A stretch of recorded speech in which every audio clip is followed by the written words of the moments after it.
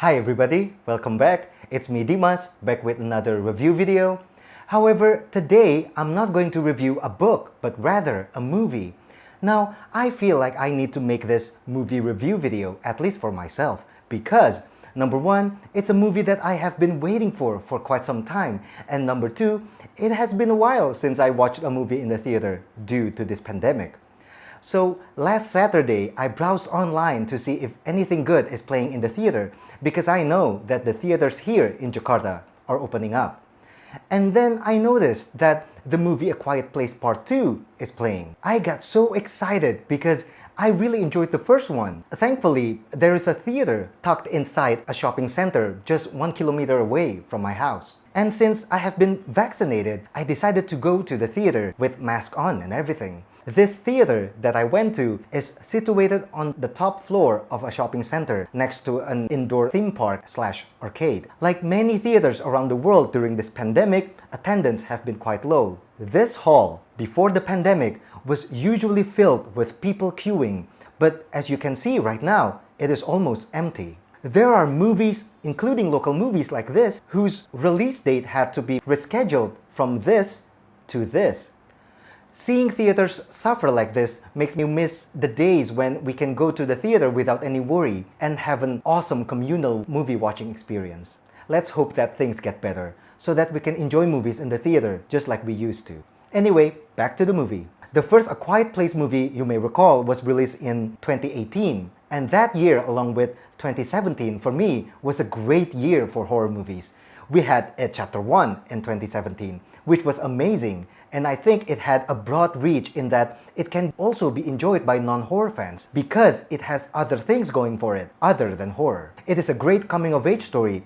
It's a great allegory on growing up, and it was acted so well by all of the actors. And I think the reason A Quiet Place resonated with audiences beyond horror fans back then was because of the same reasons. Sure, it had monsters and jump scares, but it focused on the survival of this family, the Abbott family, consisting of Lee, the father, who was played by John Krasinski, his wife Evelyn, played by Emily Blunt, and their two kids, Marcus and Reagan, played by Noah Jupe and Millicent Simmons, respectively. In the first movie, we were told that the world was infested with these creatures who attack anything and anyone that makes sounds. So this small family adapted to that new normal by making little to no sounds in their daily lives to avoid being attacked. This made for a very fresh, tense, and nail-biting viewing experience, since it turns out it is very difficult for humans to not make any sound, especially if you are in pain, trying to save your loved ones, or basically running for your life.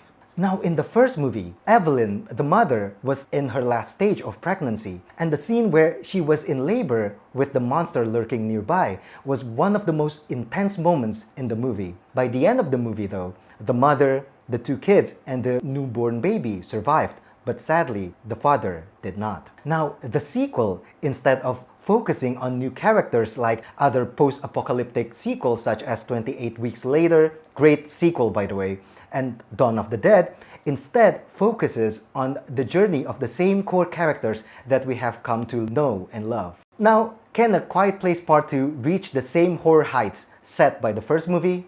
Well, here is my review.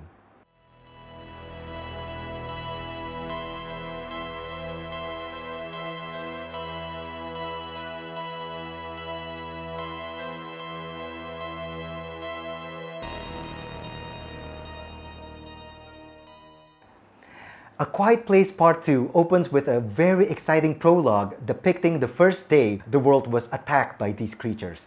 The Abbott family were at their son's baseball game. It was filled with people talking and shouting, which for us who have watched the first movie was really like watching a ticking time bomb. And sure enough, the monsters, which seemed like they have fallen from the sky, attacked. It is a credit to the director, John Krasinski, that we can still feel the thrill and suspense, even though we know from watching the first movie that the Abbott family will survive this first attack. The opening scene, easily the loudest part of the movie, is fast, exciting, and thrilling, and effectively reminds us of how deadly and dangerous these creatures are. It also introduces us to new character that will be important a bit later on in the movie.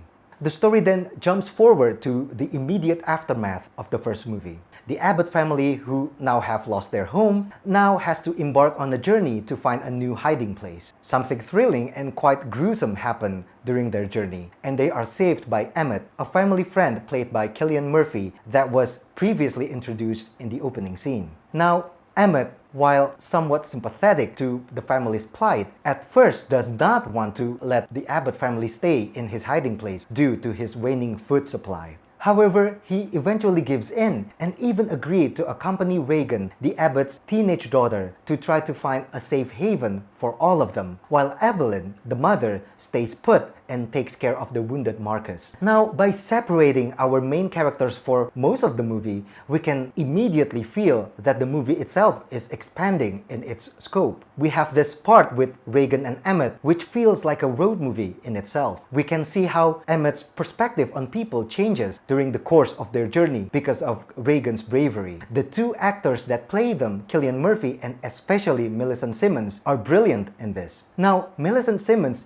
has this great character arc that culminates in the climax, which is amazing to watch. One little thing that made me a little bit curious is that there is one other new character that is played by a named actor, but strangely they are given very little thing to do aside from getting our main characters to where the story needs them to be. I just thought that it might be awesome to have this actor do something more impactful to the story, since this is a really capable actor. But this does not take away the fact that I was so entertained by this movie. This sequel is every bit as entertaining and thrilling as the first movie. As soon as it ends, I immediately want to see the third one because yes, they are going to make the third one. I just hope that the third movie can maintain the same level of thrills and suspense like this one. So all in all, I give A Quiet Place Part 2 a 4 out of 5 stars. While it does not have the freshness of the first one, and some of the new characters did not have the chance to show their significance to the story, it is, for me, still a very strong sequel that I believe can entertain non-horror fans as well. It's scary but not nightmare-inducing. There are parts that may be a little bit gory, but it is never excessive. The jump scares, for me, are all effective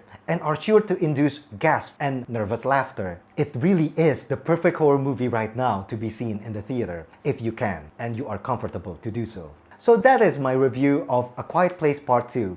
If you've watched it, let me know what you think of it in the comment section down below. Thank you guys for watching, and I will see you again in the next book or movie review video.